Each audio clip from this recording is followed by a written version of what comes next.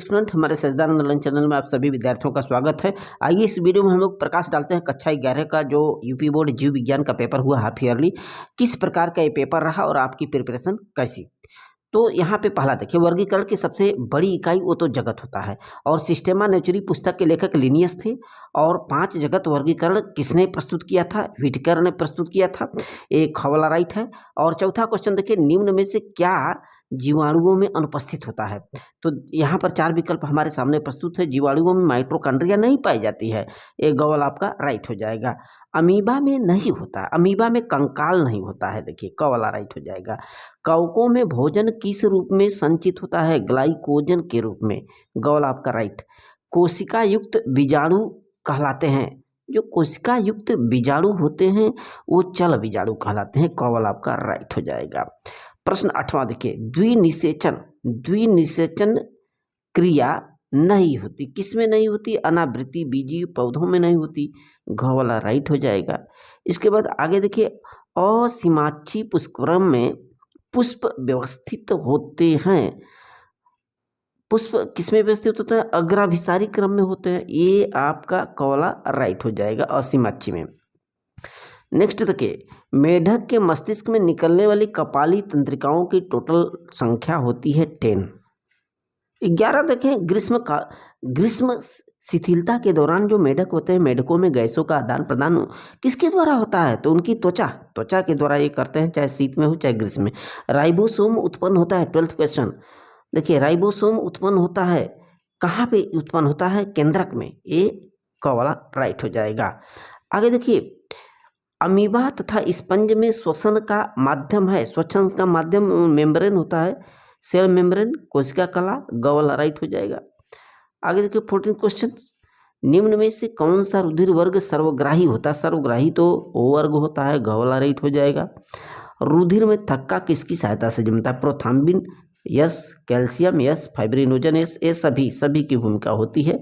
पक्षी किस पदार्थ का उत्सर्जन करते हैं? देखिए, जो पक्षी होते हैं ना, यूरिक अम्ल का उत्सर्जन करते हैं, अर्थात ये यूरिया, ख वाला राइट हो जाएगा। वर्गीकरण विज्ञान के जनक हैं कार्ल वॉन लिनियस थे, ये आपके क वाला विकल्प आपका राइट हो जाएगा। अगला क्वेश्चन देखिए, संसार में 90% प्रकाश संश्लेषण होता है, वो जो शैवाल होते हैं, समुद्री शैवाल 90%। सहतूत में पुष्पक्रम होता है, सहतूत में मंजरी पुष्पक्रम होता है, मंजरी पुष्पक्रम, ये आपका विकल्प सही है, कैटकिन, ग वाला राइट। हरित लवक के किस भाग में प्रकाश संश्लेषण की अभिक्रिया होती है? हरित लवक के ग्रेना में होती है, ग्रेना। अब यहाँ पे देखिए, इनका मैचिंग कराना है, किस वाला क्वेश्चन, ये ऑब्जेक्टिव क्वेश्चन थे। अब यहाँ से देखिए, कॉलम 2 है, अमोनिया उत्सर्जन किनके द्वारा होता है? अब यहाँ पर अमोनिया उत्सर्जन जो अस्थिल मछलियाँ होती है उनके द्वारा किया जाता है, ये या बोमेन संपुट वृक्क नलिका से रिलेटेड है, मूत्रण मूत्राशय से रिलेटेड। यूरिक अम्ल का उत्सर्जन पक्षी, और एडीएच जल का पुनः अवशोषण होता है एडीएच के माध्यम से। क्वेश्चन नंबर 22, शैवालों के वर्गीकरण का क्या आधार होता है? देखिए, शैवाल का वर्गीकरण उनके रंग के आधार पे, उनके वर्णक के आधार पे, संग्रहित उनमें जो खाद्य पदार्थ होते हैं उसके आधार पर किया जाता है। आगे है कि पक्षियों में उड़ने हेतु क्या रूपांतरण होता है? जो पक्षियों का अगला पैर होता है वो पंख में रूपांतरित हो जाता है उड़ने के लिए। अगला क्वेश्चन देखिए, पूछ रहा है निम्नलिखित की डिफिनीशन बतानी है। त्रिज्या सममित और एक व्यास सममित, ये त्रिज्या सममित एक व्यास सममित दोनों पुष्प से रिलेटेड होता है। जैसे त्रिज्या सममित क्या होता है? जब कोई पुष्प होता है तो पुष्प को केंद्र से गुजरने वाली किसी भी रेडियल तल में 2 बराबर रेडियल हिस्सों में यदि बांटा जा सकता है तो उसे त्रिज्या सममित कहते हैं। जैसे ब्रैसिक पुष्पों में होता है खास करके। और जब एक व्यास सममित की बात करते हैं तो जब किसी पुष्प को केवल एक विशेष ऊर्ध्वाधर तल में 2 समान भागों में जब हम विभाजित करते हैं तो इस प्रकार की रचना को एक व्यास सममित कहा जाता है। जैसे मटर वटर, चना, गुलमोहर इत्यादि का जो पुष्प होता है उसमें पाया जाता है। प्रोकैरियोटिक कोशिका में क्या मिसोसोम होता है? इसके कार्य बताइए। हाँ, प्रोकैरियोटिक कोशिका में मिसोसोम पाया जाता है और मिसोसोम का कार्य होता है कि ये कोशिका झिल्ली के संश्लेषण में हेल्प करती है, डीएनए की प्रतिकृति में मदद करती है, प्रोटीन संश्लेषण करती है, कोशिका भित्ति में मदद करती है। आगे पूछा है क्रेब्स चक्र का समग्र रेखा चित्र बनाना, इसको देख लीजिए। लसिका और रुधिर में अंतर देख लीजिए। गुच्छीय निस्यंद दर GFR को डिफिनीशन बताना है, इसकी परिभाषा बताना है, निम्नलिखित में टिप्पणी लिखना है, पुष्पदल, विन्यास, विजार्डसन और अंतर यहाँ पर बताना है। लाल सवाल और भूरे सवाल में क्या डिफरेंस है। मक्के के बीज का अनुदैर्ध्य काट आपको देखना है। और पादप स्वपोषी हैं, यस। क्या आप ऐसे कुछ पादपों को बता सकते हैं जो आंशिक रूप से परपोषित हों। पहाड़ पर चढ़ने वाले व्यक्ति को श्वसन प्रक्रिया में क्या प्रभाव पड़ता है। RV and IRV and ERV में डिफरेंस।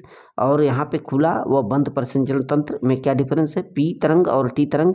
प्रकुंचन और अनुशीतलन में क्या डिफरेंस है। ऑप्शनल है। श्वसन का नियमन कैसे होता है। सभी क्वेश्चन आप कंप्लीट कर ले, देख ले। वृक्क की संरचना व मूत्र की स्ट्रक्चर और व्याख्या। हृदय की स्ट्रक्चर और निम्न में डिफरेंस पूछ रहा है। सांस, श्वसन और दहन में क्या डिफरेंस है। ग्लाइकोसिलिस, क्रब चक्र, ऑक्सी श्वसन और किण्वन में क्या डिफरेंस होता है। चित्र से निम्न संरचना को का वर्णन करें। माइटोकॉन्ड्रिया, हरित लवक। 9th क्वेश्चन, इनमें से कौन सा सही होगा। आपको ये दिया गया है, जो भी सही होगा आप सही से बनाएंगे। इसके बाद ख का निम्नलिखित में शरीर आधार पे अंतर करना है। ये ख और ग का पुष्पी पादप में 3 मूलभूत ऊतक तंत्र बताइए। फिर दोहरे प्रसंचरण तंत्र से क्या तात्पर्य है, इसकी क्या महत्ता है, सभी को आप अच्छे से क्लियर करके जाना है। So very very thanks.